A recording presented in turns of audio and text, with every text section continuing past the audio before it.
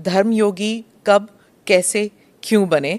क्योंकि इतनी छोटे से उम्र में आप में ये त्याग की भावना क्यों जागी? आप साइंस के स्टूडेंट थे, तो साइंस और धर्म ये कैसे मिलाप हुआ?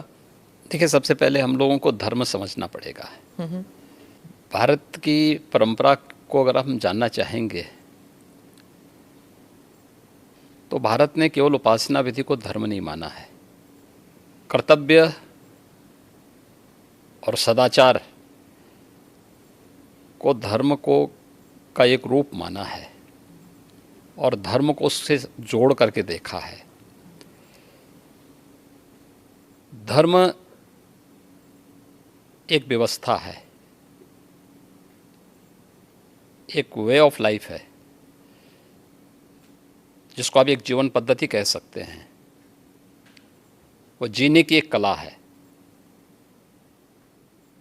विज्ञान उसके उन्नयन का एक माध्यम है। अध्यात्म उसकी चरम स्थिति, यानी साइंस उसका एक बहुत छोटा सा पार्ट है। हम जब भौतिक दृष्टि से देखते हैं तो साइंस का एक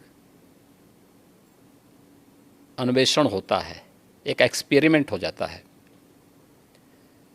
लेकिन जब चेतना का विस्तार हम करेंगे तो चेतना का वह विस्तार अध्यात्म की एक नई ऊंचाइयों तक पहुंचाएगा, जहां पे व्यक्ति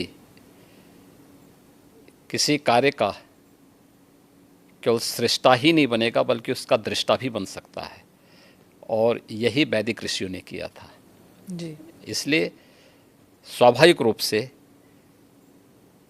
एक सीमित क्षेत्र और एक सीमित भूमिका के साथ आगे जाने के बजाय उसमें स्वयं प्रवेश करके देखो क्या है, तो बहुत कुछ देखने को मिल रहा है। तो उन चीज़ों को लेकर के इसलिए मैंने अध्यात्म का सहारा लिया और उससे आगे बढ़ कर के फिर उस अन्वेषण की यात्रा हमारी लगी हुई। एक साइंस के स्टूडेंट के साथ साथ एक योगी के रूप में उस दिशा में आगे कार्य कर रहे हैं।